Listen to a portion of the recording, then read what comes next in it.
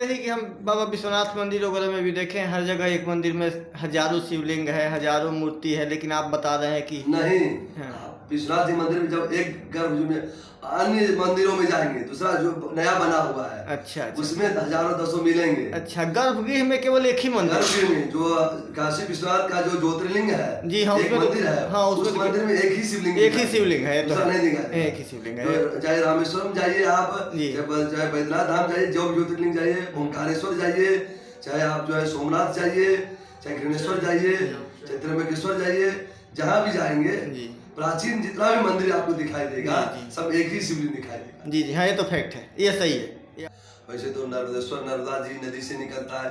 अब शिवलिंग के बारे में अलग अलग चर्चा है शास्त्र में, जो है शिवलिंग क्या है, जो शंकर जी का स्वरूप जो है, शिवलिंग के बारे में शास्त्र में जो है बहुत पंडित जी लोग जो है उसको भेदभाव करते हैं, इसलिए हम शिवलिंग जो है शंकर जी का कहते हैं। जो लिंग जो है मनुष्य को अभद्र शब्द भी लोग प्रयोग करते हैं, ऐसी बात नहीं है। वह जो है ईश्वर का निराकार रूप है, बीज रूप है। जैसे वृक्ष का बीज, जो भी बीज होता है गोलाकार होता है, छोटा होता है, उसमें पूरा वृक्ष समाहित रहता है, वो दिखाई नहीं देता है। जब जमीन में पड़ने पर जो अंकुरित होकर वृक्ष बनता है तो समझ में आता है। वैसे ही जो सारा ब्रह्मांड शंकर जी का जो जितना भी प्राचीन मंदिर है, आजकल सुविधा के लिए मंदिर के अंदर में जो मंदिर को जो है गर्भगृह कहा जाता है। कोई भी मंदिर होता है तो उसमें जो है एक ही मूर्ति का विधान है, शास्त्र का है। शंकर जी का एक ही शिवलिंग, जैसे यहाँ पर एक ही शिवलिंग है, दूसरा किसी मूर्ति का यहाँ स्थापना नहीं है। जितना भी प्राचीन ज्योतिर्लिंगों में भी जाएंगे वहाँ एक ही जो है शिवलिंग मिलेंगे। सुविधा के लिए आज के लोग गणेश जी, गौरी जी, कार्तिकेय जी, वीरभद्र जी, उनका जो है पूजन शास्त्र में वर्णन है। अच्छा मूर्ति लोग लगा देते हैं। अच्छा, पार्वती जी वगैरह का भी मूर्ति नहीं चाहिए क्या? नहीं चाहिए। क्यों नहीं चाहिए? कि शंकर जी का जो है जो ये पिंडी स्वरूप है, इसमें पार्वती जी है। ये शंकर जी का स्वरूप अकेले नहीं रहता है, अर्धनारीश्वर के स्वरूप में रहते हैं। आधा में शंकर, आधा में पार्वती। इनमें जो है जहाँ भी, क्योंकि पंडित जी लोग ही जो है, जो भी लोग साधारण व्यक्ति, जो भी ब्राह्मण क्षत्रिय वैश्य शूद्र जो भी है, हम किसी एक को पक्ष नहीं लेके कहेंगे, जो भी पूजन करते हैं और शंकर जी पे जो भी वस्तु चढ़ाते हैं, जो मंत्र बोलते हैं, मंत्र के बाद में बोलते हैं कि साम सदा शिवाय नमः। जैसे बिल्व पत्र चढ़ाते हैं तो इदम बिल्व पत्रम समर्पयामि साम सदा शिवाय नमः। वो कहते हैं क्या, शाम अम्बा सहित अर्थात पार्वती सहित शंकर जी को बिल्व पत्र चढ़ा रहे हैं। जो आप अलग में अगर पार्वती जी को पूजन किए हैं तो फिर यहाँ पार्वती जी का नाम क्यों लेते हैं? यहाँ शंकर जी पे चढ़ा रहे हैं और पार्वती जी का भी साथ में नाम ले रहे हैं। जितना भी पुस्तक निकला हुआ है विद्वानों के द्वारा, सभी पुस्तकों में लिखा हुआ है इस बात। कोई ऐसा पुस्तक नहीं मिलेगा जिसमें केवल शंकर जी का नाम लिखा हो कि शंकर जी को बिलपत्र अर्पण कर रहे हैं, शंकर जी को दूध चढ़ा रहे हैं, शंकर जी को अक्षत चढ़ा रहे हैं, शंकर जी को धूप दीप दिखा रहे हैं, या कहीं नहीं।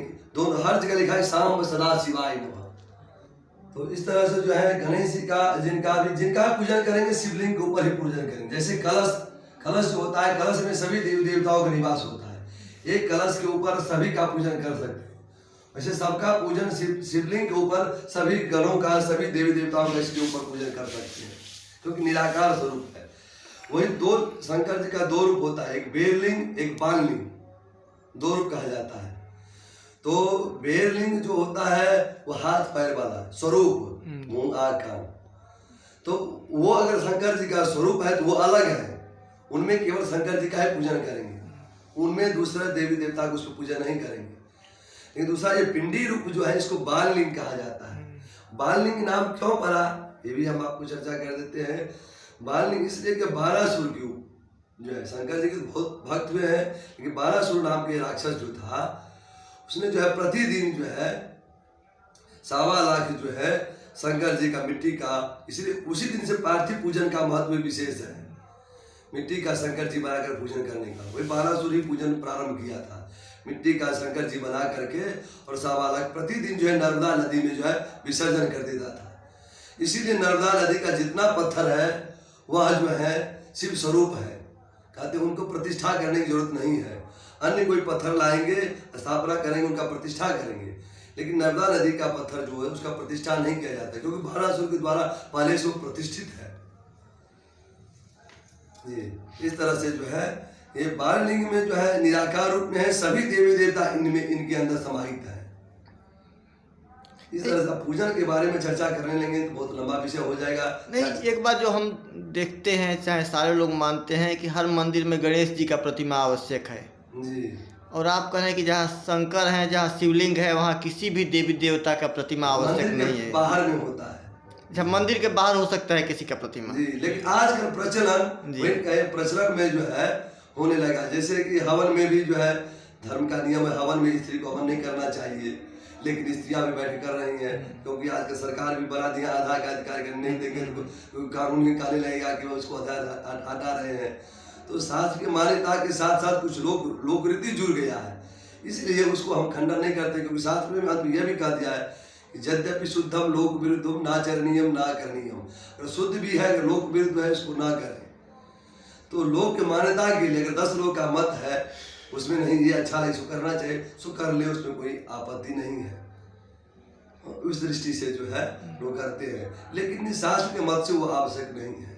अच्छा, स्त्रियों को हवन में क्यों नहीं शामिल करना चाहिए? जी, स्त्रियों को हवन में क्यों नहीं शामिल करना चाहिए?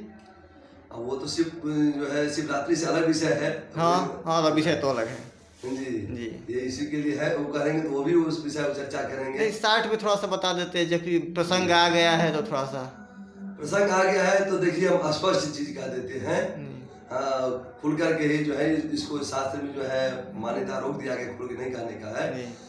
जो है अग्नि जो है आहुति जो देते हैं, आहुति देते हैं मुख में जो है, और जो बना रहता है वेदी मेखला के बाद जो ऊपर में उसको ब्रह्म योनि कहा जाता है, जिससे सारे जीव का उत्पत्ति हुआ है, अर्थात उत्पत्ति स्थान है। उसको खुल करके दूसरा नाम से हम नहीं कहेंगे, नाम जो है वो उत्पत्ति स्थान है, उसमें उसके द्वारा जो है सभी जीवों को दिया जाता है। तो इसलिए जो है स्त्रियां जो है उसमें आहुति नहीं देगी, इसलिए शास्त्र में उनको मना किया गया। और वैसे जब इस चर्चा के रामचरित मानस में भी है, स्त्री के लिए जो है कोई पूजा पाठ धर्म करने की कोई आवश्यकता नहीं है, केवल पति का ही पूजा जो है और पति का किसी देवी देवता का व्रत उपवास या अनुष्ठान इत्यादि कोई करने की आवश्यकता नहीं है, शास्त्रों में भी कहा गया। क्योंकि देखिए वो क्यों नहीं, वो शक्ति है, शक्ति पूर्ण पहले से ही जो है अपना भूल गई है, वो अपना अस्तित्व को इसीलिए भटक रही है परेशान। जैसे हनुमान जी को शक्ति मिला था, ऋषियों के श्राप मिला और वो भूल गए, साधारण मनुष्य हो गए, जब याद दिलाते हैं फिर जाग जाते अपने आते हैं। तो वह शक्ति जो है सबके अंदर है, शिव में भी जो है शक्ति साथ में है, तभी शिव भी आशीर्वाद देते हैं। अगर शिव से शक्ति अगर निकल जाए तो शिव नहीं, वो सब हो जाएंगे, सब जो है इस तरह से जो है भगवान परमात्मा शक्ति कहीं से अलग नहीं है। हम और आप जो बोलते हैं चलते हैं, शक्ति वैसे एक दूसरा रूप है, शक्ति बलवान, बल का प्रयोग में शक्ति कहते हैं, लेकिन जो चीज ना दिखाई देता जिस रूप में, शक्ति सभी जगह है। शक्ति क्या है और विश्लेषण के शक्ति बारे में चर्चा 2 शब्द ज्यादा नहीं कहेंगे, शक्ति बारे में कहने लगेंगे। जो देवी भागवत के अंतर्गत तो जो है जीवन समाप्त हो जाएगा, देवी भागवत अन्य भागवतों से भी समाप्त नहीं होगा। संक्षेप में शक्ति क्या है और जो है जीव क्या है और शिव क्या है, ईश्वर क्या है। शक्ति जो है वह स्वर है समझिए, और बाकी जो है व्यंजन है, व्याकरण की भाषा में इसको जानिए। जैसे स्वर के बिना जो है व्यंजन का उच्चारण नहीं होता, अस्तित्व नहीं है। जी सही बात है जी। उसी तरह से जो है शक्ति के बिना जो है किसी का अस्तित्व नहीं है। जब तक साथ में शक्ति है, मुख्य चीज कि जो हवन में स्त्री पहले से रहती है तो फिर उनको मौजूदा होने की कोई आवश्यकता नहीं है, इसलिए कि पहले से ही मेखला बना दिया जाता है, स्त्री का रूप दे दिया जाता है, इसलिए कोई अति आवश्यक नहीं है। मुख्य बात यही है, इसीलिए स्त्री का जरूरत हवन में नहीं है। जैसे कि हम बाबा विश्वनाथ मंदिर वगैरह में भी देखें, हर जगह एक मंदिर में हजारों शिवलिंग है, हजारों मूर्ति है, लेकिन आप बता रहे हैं कि नहीं। विश्वनाथ जी मंदिर में जब एक गर्भ में अन्य मंदिरों में जाएंगे, दूसरा जो नया बना हुआ है, अच्छा, उसमें हजारों दसों मिलेंगे। अच्छा, गर्भगृह में केवल एक ही मंदिर, गर्भगृह में जो काशी विश्वनाथ का जो ज्योतिर्लिंग है, जी हाँ, एक मंदिर है, हाँ, उस मंदिर में एक ही शिवलिंग है, एक ही शिवलिंग है। चाहे रामेश्वरम जाइए आप, चाहे बैद्यनाथ धाम जाइए, जो ज्योतिर्लिंग जाइए, ओंकारेश्वर जाइए, चाहे आप जो है सोमनाथ जाइए, चाहे घृणेश्वर जाइए, चाहे त्र्यंबकेश्वर जाइए, जहाँ भी जाएंगे प्राचीन जितना भी मंदिर आपको दिखाई देगा जी। सब एक ही शिवलिंग दिखाई देगा। जी जी हाँ, ये तो फैक्ट है, ये सही है, ये आप सही करें, बिल्कुल सही करें, हम भी देखे हैं। लेकिन नवनिर्मित नया मंदिर जो बना हुआ है जी, जी। उसमें 10 शिवलिंग मिलेंगे आपको जो है। वही 12 शिवलिंग जो 12 ज्योतिर्लिंग को स्थापना कर देते हैं एक ही रूम में जो है। करोड़ों शिवलिंग का स्थापना कर देते हैं एक ही जगह जो है। कोटि शिवलिंग का अर्चन होता है। तो वो सब अलग अलग विषय हो गया। आधुनिक सुविधा कामना भेद से जो है मनुष्य की जो कामना है, कामना जोड़ करके जो है मनुष्य को जो है सोचते हैं इतना कर लेंगे तो और लाभ मिलेगा, अधिक लाभ मिलेगा। लेकिन उसमें जो है सत्य से अलग होते जा रहे हैं, भ्रम में लोग जा रहे हैं। क्योंकि शास्त्र एक ही साधे सब सदे, सब साधे सब जाए। एक का साधना करना से जो है वृक्ष का जड़ में पानी देने से पत्ता पत्ता में पहुंच जाता है। अगर पत्ते पत्ते में पानी देंगे तो जो नहीं, लेकिन जड़ सब दिखता नहीं है, सब चीज जानते हुए लोग वहां से दूर होते